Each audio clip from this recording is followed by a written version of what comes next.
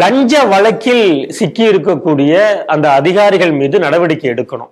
அப்படி நடவடிக்கை எடுப்பதற்கு அந்த லஞ்ச ஒழிப்புத்துறை அதிகாரி, அந்த லஞ்ச ஒழிப்புத்துறை இருக்கக்கூடிய போலீஸ் அதிகாரிகள் ஒத்துழைக்கணும். ஒத்துழைச்சாதான் அந்த கேஸை ஃபைனலைஸ் பண்ண முடியும். அதை பண்ண மாட்டேங்கிறாங்க. அந்த மாதிரி கிட்டத்தட்ட பல வழக்குகள் கடந்த 10 ஆண்டுகளில் தேங்கி இருக்கிறது அப்படின்னு சொல்லிட்டு பத்திரிகை செய்தி வந்திருக்கு. இது ஏன் ஒத்துழைப்பு வழங்க மறுக்கிறது லஞ்ச ஒழிப்புத்துறை? இது செய்தி எப்படி பாக்குறீங்க சார்? ஒத்துழைப்பு கொடுத்துட்டாங்கன்னு வைங்களேன், அதாவது கீழ் மட்டத்திலிருந்து தலை மட்டம் வரைக்கும் யார் யார் பேர்லாம் வெளில வந்து, ஏன்னா அந்த அளவுக்கு ரிஸ்க் நம்மளே பாக்குறோம். இடி என்ன சொல்றாங்க, இந்த அமைச்சர் மேல ஒரு எஃப்ஐஆர் போடுங்க அப்படின்னு சொல்லும் போது இன்னும் எஃப்ஐஆர் கூட போடல, கோர்ட்டு சொல்லி கூட எஃப்ஐஆர் இன்னும் போடல. ஸோ அப்படி இருக்கிறச்சே லஞ்ச ஒழிப்பு துறைன்றது ஒரு செயல் இழந்த துறையாக இருக்கிறது. ஏன் செயல் இழந்த துறையாக இருக்கும்? முதல்ல பாருங்க, தமிழ்நாடுக்கு இன்னும் பொறுப்பு டிஜிபி தான். ஸோ ஒரு டிஜிபி லா அண்ட் ஆர்டருக்கே ஒரு பர்மனன்ட் டிஜிபி போட முடியாத நிலைமையில இருக்கிறது திராவிட மாடல் அரசு. அப்ப லஞ்ச ஒழிப்புத்துறை ஏமாத்திரம். அதுவும் நீங்க சொல்றது செய்தியில பார்க்கும்போது கிட்டத்தட்ட 10 வருஷத்துல கிட்டத்தட்ட 70 வழக்குகள்.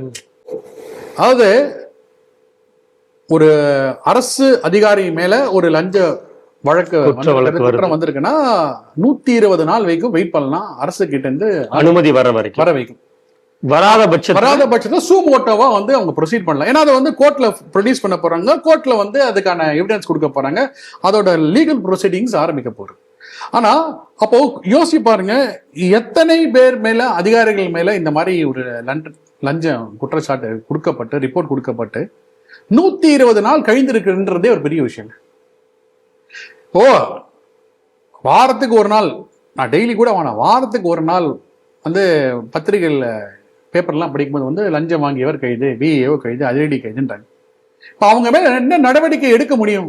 கைது பண்ணிருக்காங்க. ரசாயனம் கலந்த பேப்பர் ரூபாய் அதை கையும் களவாகமாக பிடிபடும் போது இவங்களே ஆக்ஷன் எடுக்கலாம்ன்றாங்க. அப்பவும் கூட என்ன க்ளோஷர் பண்ணோம் இல்லையா, அதுதான் அங்க இல்லைன்றாங்க.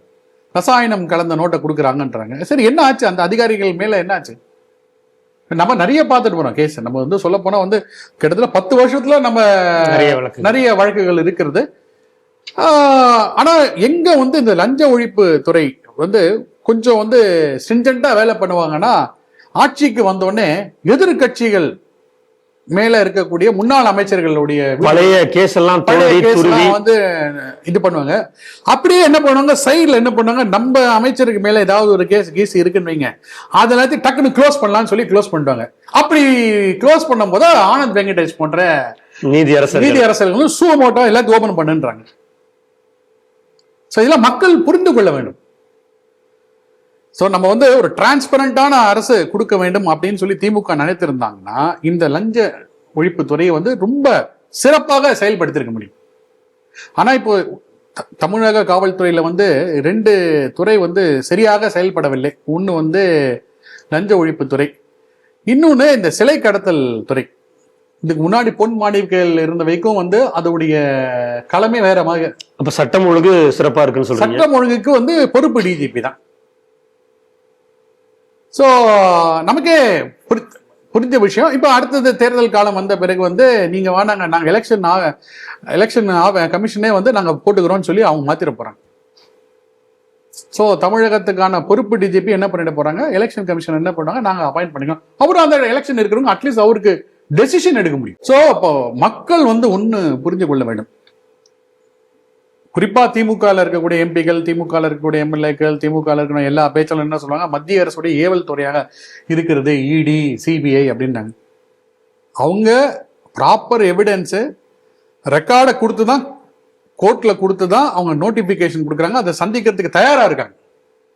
மத்திய அரசு தன்னுடைய கட்டுப்பாட்டில் உள்ள இந்த துறைகளை வலுவாக யூஸ் பண்றாங்க. ஆனா தமிழக அரசு கிட்ட இருக்கக்கூடிய இந்த லஞ்ச ஒழிப்பு துறையை தமிழக அரசு எவ்வளவு வலுவாக யூஸ் பண்றாங்கன்றது ஒரு கேள்விக்குறியாக இருக்கிறது.